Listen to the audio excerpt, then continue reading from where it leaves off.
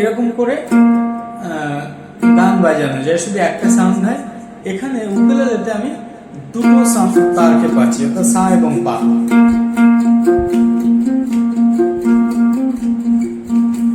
এবার এই যে এই দোতারা উকুলেলেতে সা এবং পা, কোনটা সা বা কোনটা পা, কোনটা মা, কোনটা নি, এইগুলো জানার জন্য কিন্তু একজন শিক্ষকের খুব দরকার হয়, একজন প্রশিক্ষকের খুব দরকার হয়। আর আমি যেটা করি, আমি যাদেরকে অনলাইনে শেখাই তাদেরকে আমি দেখিয়ে দিতে পারি, দেখো এইটা এই তার, এই মোটাটা এই তার, এই তার।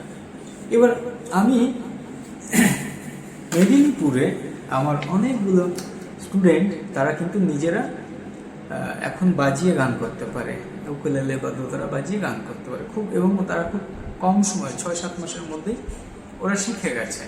অ্যাকচুয়ালি কাছাকাছি থাকলে কি হয়, আমি দেখিয়ে দিলাম, বুঝিয়ে দিলাম, না পারলে ভুল বাজালে, তারপরেও যারা অনলাইনে আমার কাছে শিখে তারা নিজেরাই বাজাচ্ছে, তাদের মতো করে আমি এখানে ক্লাসটা নেব বা এখানে দেখিয়ে দেব। যারা আগ্রহী তারা এগুলো শুনে আমার মনে হয় বা দেখে শিখে নিতে পারবে। আচ্ছা, আমি খুব কাছ থেকেই দেখাই। এই যে একটা মোটা তার দেখা যাচ্ছে,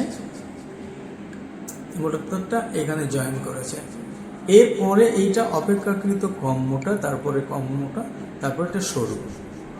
এই যে মোটা তার, আমি যদি দোতারার উকুলেলটাকে এইভাবে ধরি, এইভাবে বাজাই, তাহলে আমি এই মোটা তারকে আমি একটা কিছু ধরে নিই। গিটারে যেমন 1, 2, 3, 4, অর্থাৎ চিকনটাকে এক নম্বর তার বলে, চিকন থেকে আস্তে আস্তে মোটার দিকে আসে। আমি ওই সিস্টেমে যাব না, কেন কি এখানে এই কত নম্বর তার এটা কিন্তু আমি জানি না। আমরা শুধুমাত্র যারা এর ব্যবসা করে বা শঙ্করের মতো যারা তৈরি করে তারা জানে এবার যে অমুক নম্বরের তার দেন। যাই হোক, এই যে মোটা যে তারটা, অর্থাৎ উপরের যে তারটা, আমরা এটাকে পাতে বাঁধব। পা মানে আমি ইন্ডিয়ান স্টাইলে বলছি, আমি ওয়েস্টার্ন স্টাইলে আমি বলে দেবো, এটা হলো পা। তার ঠিক নিচেরটাই হলো সা।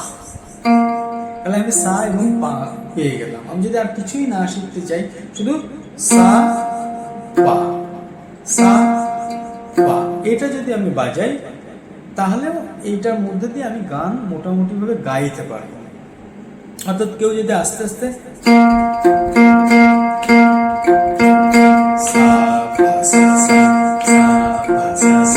এইটুক শিখে নেয়, এইটুক দিয়ে গান বাজানো যাবে। যাই হোক, এরপরে ঠিক এই সায়ের নিচেই যে তারটা, ওই তারটা এসছে মা, এই তারটা হলো মা, এবং এর নিচেই যে তারটা, এটা হচ্ছে কোমল। আমি দরকার একটা ছবি এঁকে আমি ওটাকে লিখে দেবো আর কি, যে এটা এই এই এই। আচ্ছা, এবার আমি এটাকে বললাম পা, এটা সা, এটা মা, এটা নি, কমল নি। অনেকেই অন্য স্বরেও বাঁধে, এটাকে হয়তো সা বাঁধে, আর আমি যেটাকে সা বাঁধছি সেটাকে সা বাঁধার পরে তারপর একটা পা বাঁধলো, আমি যেটাকে মা বাঁধছি। তো আবার কেউ এইটাকে, আমি যেটাকে মা বেঁধেছি, কেউ এইটাকে সা বাঁধে। কিন্তু আমি অত জটিলের মধ্যে যাচ্ছি না, কেন কি এটা সবচেয়ে ইজিয়েস্ট, আমি সেই পদ্ধতিতে আমি দেখাবো। তো এটা হলো সা, এটা মা, এটা হলো কোমলনি, এটা পা। ওয়েস্টার্নে যদি যাই, আমার এখানে বাঁধা আছে এটা এ শার্প বা ভি ফ্ল্যাটে, ওয়েস্টার্ন। কেন কি আমি আমার স্টুডেন্টদের জন্য এটা, বিশেষ করে মেয়েরা ম্যাক্সিমাম ক্ষেত্রে এ শার্পে গান করে, এবং অথবা জি শার্প, কিন্তু জি শার্প খুব কম। আমি এখানে এ শার্প বা ভি ফ্ল্যাটে আমি বেঁধেছি এটাকে। এইটা যদি ভি ফ্ল্যাট হয়, তাহলে মা হয়ে যাবে ডি শার্প, আর এদিকে পা হয়ে যাবে, উদারার পা হয়ে যাবে এফ, আর কোমলনি হয়ে যাবে জি শার্প, অর্থাৎ এফ, এ শার্প, ডি শার্প এবং জি শার্প। আজ এই পর্যন্ত আমি ছোট্ট ছোট্ট করেই ছাড়বো, তাতে সবার দেখতে সুবিধা হবে এবং বুঝতে সুবিধা হবে। কারণ একটা বড় ভিডিও করলে কি হবে, টেনে টেনে দেখা মুশকিল হবে। তো এই ভিডিওটা এই পর্যন্তই, আমরা পরবর্তী ক্লাসে আরও যাবো আর কি নতুন জিনিসে।